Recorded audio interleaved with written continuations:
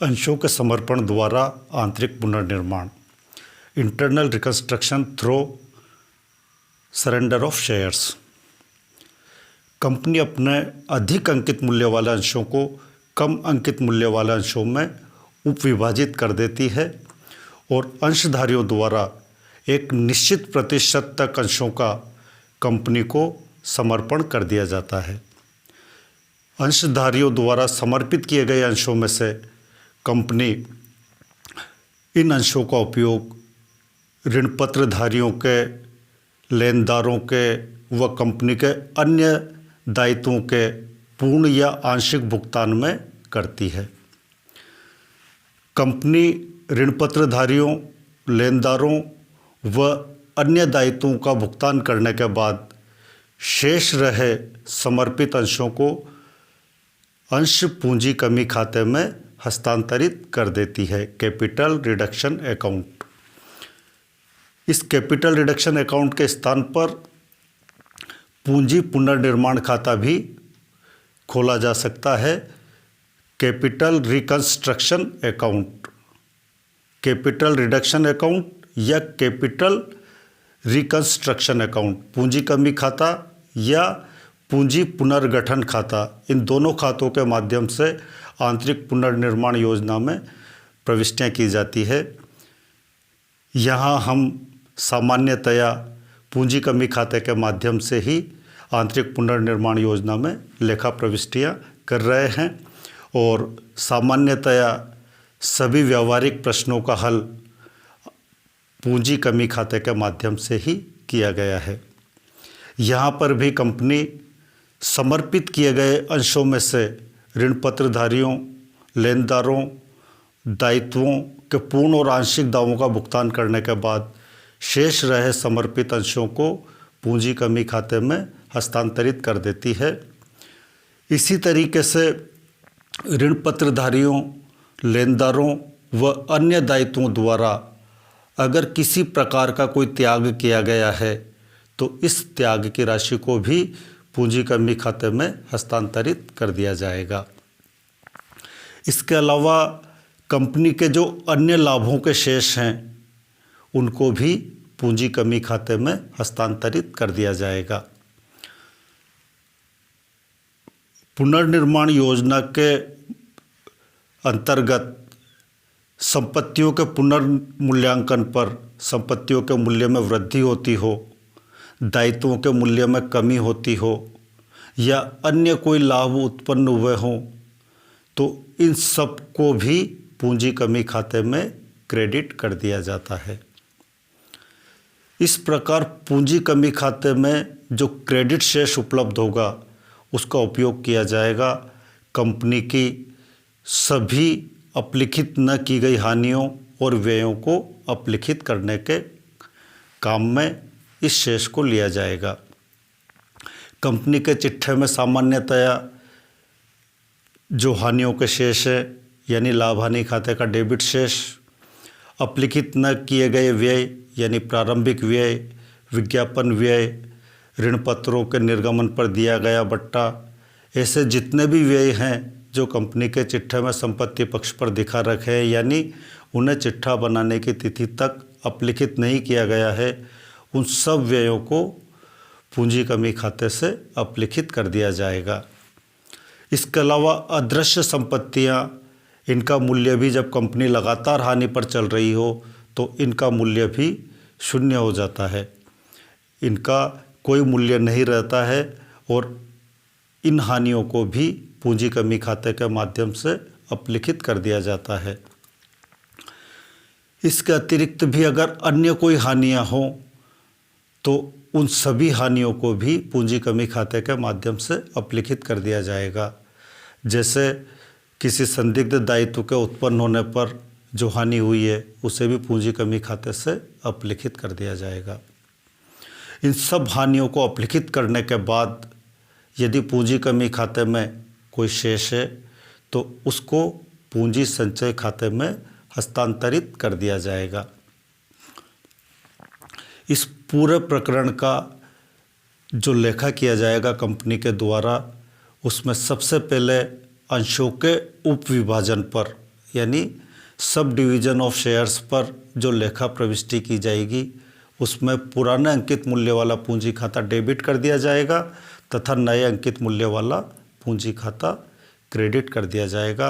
और प्रविष्टि हो जाएगी share capital account DR old denomination to share capital account new denomination. इसकी नरेशन हो जाएगी सब डिवीज़न ऑफ शेयर्स। इसके बाद जब अंशधारियों द्वारा एक निश्चित प्रतिशत तक के अंशों का कंपनी को समर्पण किया जाता है तो इन समर्पित किए गए अंशों से अंश पूंजी खाते को डेबिट कर देंगे और समर्पित अंश खाता क्रेडिट कर देंगे। यानी प्रविष्टि हो जाएगी share capital account DR to surrender shares account. Narration हो जाएगी surrender of shares by share holders. इसके बाद जब इन समर्पित किए गए अंशों का उपयोग कंपनी ऋण पत्रधारियों के दावों का भुगतान करने के काम में लेगी तो प्रविष्टि हो जाएगी सरेंडर शेयर्स खाते को डेबिट कर दिया जाएगा और अंश पूंजी खाते को क्रेडिट कर दिया जाएगा। यानी ऋण पत्रधारियों के दावों का भुगतान समर्पित किए गए अंशों में से कंपनी द्वारा किया जाएगा तो प्रविष्टि हो जाएगी surrender shares account DR to share capital account. Narration हो जाएगी payment of debenture holders by surrender shares. इसी तरीके से लेनदारों के दावों का भुगतान करने पर भी यही प्रविष्टि की जाएगी। शेयर सरेंडर खाते को डेबिट कर दिया जाएगा और शेयर कैपिटल खाते को क्रेडिट कर दिया जाएगा। और अन्य दावों का भुगतान करने पर भी यही प्रविष्टि की जाएगी surrender share account DR to share capital account. यानी लेनदारों, ऋण पत्रधारियों या अन्य किसी भी दायित्व का भुगतान समर्पित अंशों से किया जाना हो तो प्रविष्टि हो जाएगी surrender share account DR to share capital account. और नरेशन हो जाएगी पेमेंट ऑफ जिस भी दायित्व का भुगतान किया गया है, पेमेंट ऑफ क्रेडिटर्स या पेमेंट ऑफ डिबेंचर्स या payment of other liabilities by surrender shares. इसके अलावा कंपनी इन समर्पित अंशों को पूर्वाधिकार अंशों में या ऋण पत्रों में या इक्विटी अंशों में भी परिवर्तित कर सकती है। अगर पूर्वाधिकार अंशों का समर्पण किया गया है तो इक्विटी अंशों में परिवर्तित कर सकती है और इक्विटी अंशों का समर्पण किया गया है तो पूर्वाधिकार अंशों में परिवर्तित कर सकती है। या पूर्वाधिकार या इक्विटी अंशों के समर्पित अंशों में से ऋण पत्रों या ऋण पत्रों में भी इनका परिवर्तन किया जा सकता है। अगर पूर्वाधिकार अंशों में समर्पित अंशों का परिवर्तन किया जाएगा तो share surrender account DR to preference share capital account. यदि ऋण पत्रों में परिवर्तन किया जाएगा तो share surrender account DR to debentures account. यदि समर्पित किए गए पूर्वाधिकार अंशों का इक्विटी अंशों में परिवर्तन किया जाएगा तो surrender share account DR to equity share capital account.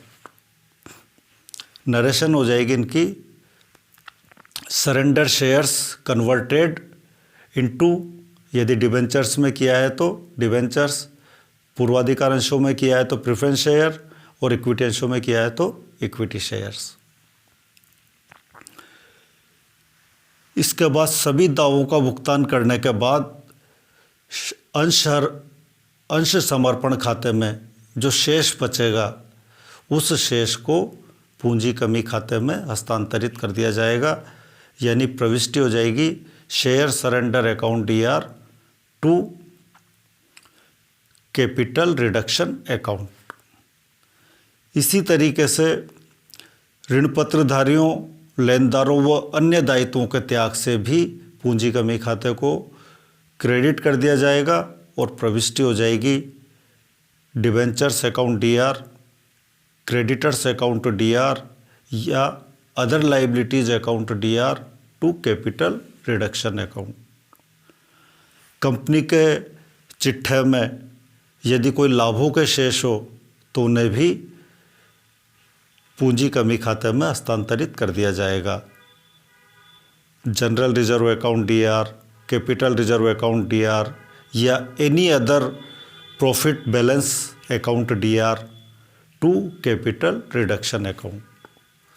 और यदि किसी संपत्तियों के पुनर्मूल्यांकन पर लाभ हुआ हो या दायित्वों के मूल्य में कमी हुई हो तो इस कमी या संपत्तियों के मूल्य में वृद्धि की राशि को भी पूंजी कमी खाते में हस्तांतरित कर दिया जाएगा, यानी प्रविष्टि हो जाएगी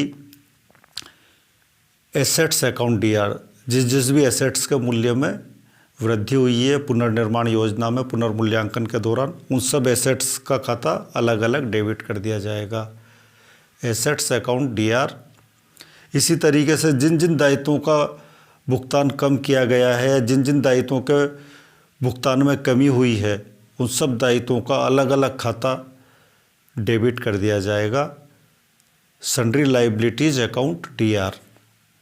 और इन सब के योग से पूंजी कमी खाते को क्रेडिट कर दिया जाएगा टू कैपिटल रिडक्शन अकाउंट। इन सब पूंजी कमी खाता जहाँ जहाँ भी क्रेडिट हुआ है, इन सब की एक प्रविष्टि भी की जा सकती है, यानी surrender share account DR, debentures account DR, creditors account DR, sundry liabilities account DR, sundry assets account DR to capital reduction account. Capital reduction के क्रेडिट पक्ष में इन सब के बाद जो शेष उपलब्ध है उसका उपयोग किया जाएगा कंपनी की सभी हानियों को अपलिखित करने में। कंपनी के चिट्ठे में सामान्यतया हानियाँ होती है लाभानी खाते का डेबिट शेष, अपलिखित न किए गए व्यय, अदृश्य संपत्तियों का मूल्य या अन्य जितनी भी हानियाँ हुई हो पुनर्मूल्यांकन के दौरान, संपत्तियों के मूल्य में कमी, पुनर्मूल्यांकन के दौरान दायित्वों के मूल्य में वृद्धि, इन सबको पूंजी कमी खाते से अपलिखित कर दिया जाएगा और पूंजी कमी खाते में जो शेष बचेगा उसे पूंजी संचय खाते में हस्तांतरित कर दिया जाएगा, यानी प्रविष्टि हो जाएगी capital reduction account DR to P&L account, to advertisement expenses account, to preliminary expenses account, to discount on issue of debentures account, to other losses और other expenses account, to goodwill account, to patents account. और इसके बाद भी अगर इन सब हानियों को अपलिखित करने के बाद भी अगर कोई शेष बचता है तो उस शेष के लिए पूंजी संचय का खाता क्रेडिट कर दिया जाएगा, यानी पूंजी संचय में हस्तांतरित कर दिया जाएगा to capital reserve account. Narration हो जाएगी various losses write off by capital reduction account. अंश समर्पण के माध्यम से आंतरिक पुनर्निर्माण योजना में लेखा प्रविष्टियां व लेखा इस प्रकार किया जाएगा। साथ ही ये जो परिवर्तन हुए हैं अंश पूंजी में, ऋण पत्रों में, लेनदारों में, दायित्वों में, संपत्तियों में, इन सबकी परिवर्तित राशि स्थिति विवरण में दिखा दी जाएगी।